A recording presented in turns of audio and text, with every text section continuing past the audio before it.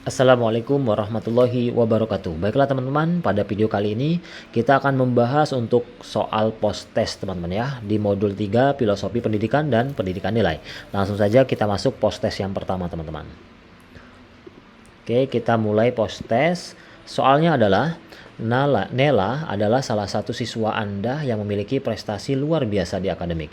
Ia selalu lulus di setiap ujian, mata pelajaran dan sering memenangkan perlombaan. Akan tetapi, di satu semester terakhir, Nela sedang mengalami masalah keluarga dan membuat ia sering membolos sekolah hingga melewatkan beberapa ujian dan tugas. Hasilnya, nilai Nela mengalami penurunan yang signifikan.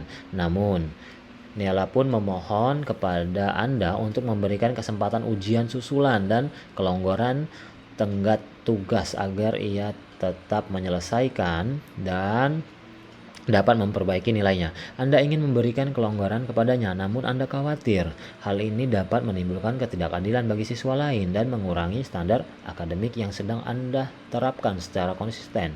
Menghadapi hal ini, apa tindakan Anda sebagai guru? A. Memberikan kelonggaran kepada Nela secara diam-diam sehingga tidak memunculkan kecemburuan dari teman-temannya yang telah menyelesaikan tugas dan ujian secara tepat waktu. B. Memberikan kesempatan kepada Nela dengan memberikan ujian susulan dan tugas alternatif sebagai bentuk dukungan Anda kepada Nela dalam mempertahankan prestasi akademiknya. Yang C. Memberikan ujian susulan dan kelonggaran tenggat tugas kepada Nela dengan catatan bahwa keputusan tersebut dijalankan sesuai dengan kebijakan sekolah yang berlaku. Yang D. Menawarkan tugas alternatif atau proyek yang setara dengan ujian dan tugas yang telah dilewatkan sehingga Nela tetap bisa mengejar ketertinggalan tanpa melanggar standar akademik. Yang E. Memberikan kelonggaran dan ujian susulan kepada Nela sesuai namun memberikan syarat-syarat tertentu sehingga kebijakan yang Anda berikan tidak merugikan siswa lain. Jawaban yang paling tepat adalah yang C teman-teman ya, memberikan ujian susulan dan kelonggaran tenggat tugas kepada Nela. Kita lanjut. Nomor 2. Rifael adalah siswa pindahan dari luar negeri yang baru saja bergabung di kelas Anda. Ia dikenal cerdas dan memiliki potensi akademik yang baik, namun sedang mengalami kesulitan beradaptasi. Ia merasa kewalahan dengan banyaknya materi pelajaran yang berbeda dari negara asalnya. Hal ini menyebabkan ia enggan mengerjakan tugas di beberapa mata pelajaran. Anda telah mencoba mendorong untuk menyesuaikan diri dengan sistem belajar di sekolah ini, namun ia menunjukkan resistensi dan tampak tidak termotivasi.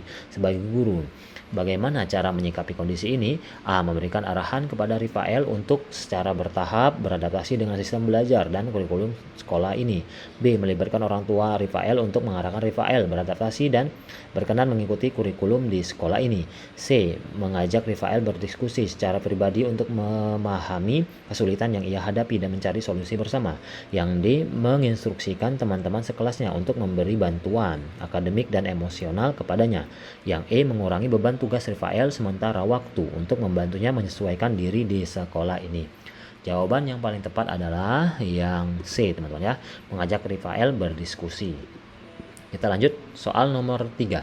Bu Mika, seorang guru kelas 5 SD, beberapa kali menyaksikan Ina melakukan kekerasan fisik terhadap teman-teman sekelasnya seperti mendorong, menjambak, dan melempar barang.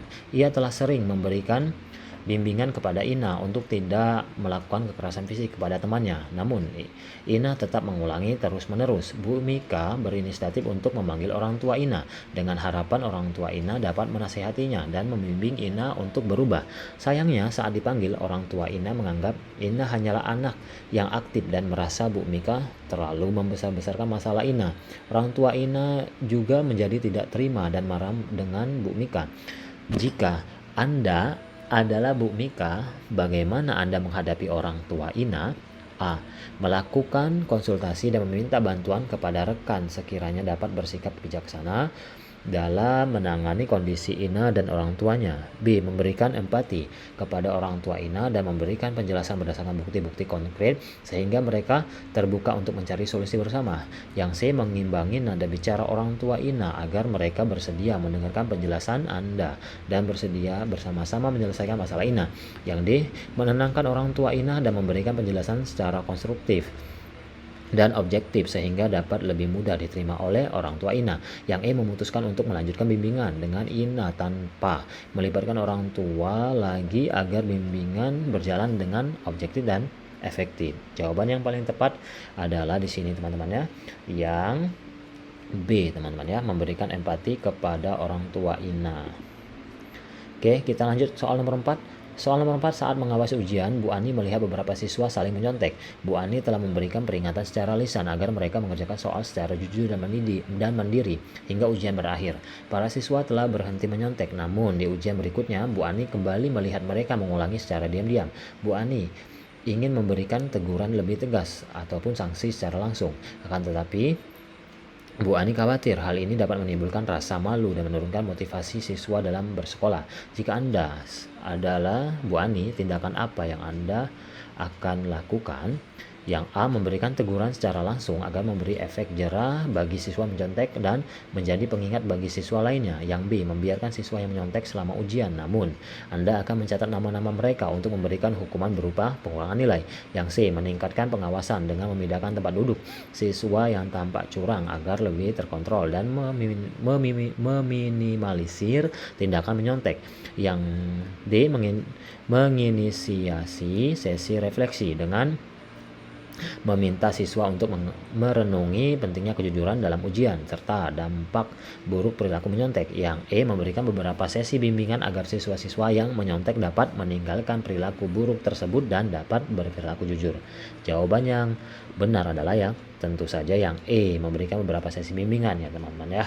Kita masuk ke soal terakhir teman-teman. Dalam pelajaran pendidikan Pancasila dan Kewarganegaraan atau PPKN kelas 2 SD, Anda sebagai guru meminta siswa menuliskan contoh-contoh yang benar dan juga contoh-contoh yang salah dalam mengimplementasikan nilai-nilai Pancasila. Saat berdiskusi, Anda terkejut karena sebagian besar siswa justru menuliskan contoh perilaku yang sebenarnya tidak sesuai dengan nilai Pancasila, tetapi mereka anggap biasa dan benar, seperti membiarkan sampah menumpuk karena merasa itu tanggung jawab petugas kebersihan, mengabaikan antrian karena hal yang sering dilakukan orang tuanya, kemudian juga mengabaikan dan sebagainya. Anda mencoba untuk meluruskan jawaban siswa, namun penyampaian Anda sulit untuk dipahami siswa karena bertentangan dengan kejadian di lingkungan siswa. Dengan situasi ini, tindakan apa yang akan Anda lakukan? Yang A, mengajak siswa untuk melakukan refleksi diri terkait nilai-nilai Pancasila yang seharusnya diterapkan dan menganalisis alasan ketidaksesuaian dengan lingkungan mereka. Yang B, meminta para siswa untuk mengikuti penerapan nilai-nilai Pancasila sesuai dengan yang Anda jelaskan dan tidak mengikuti penerapan nilai-nilai Pancasila di lingkungannya. Yang C, memberikan contoh atau cerita pribadi Anda mengenai penerapan nilai Pancasila dan dalam kehidupan sehari-hari Anda untuk memberi inspirasi bagi para siswa. Yang D, memberikan penjelasan terkait bentuk nilai-nilai Pancasila yang seharusnya diterapkan oleh seluruh masyarakat meskipun latar belakang yang berbeda-beda. Yang E, menggunakan contoh sehari-hari yang lebih sederhana dan lebih relevan dengan kehidupan mereka untuk menjelaskan nilai-nilai Pancasila.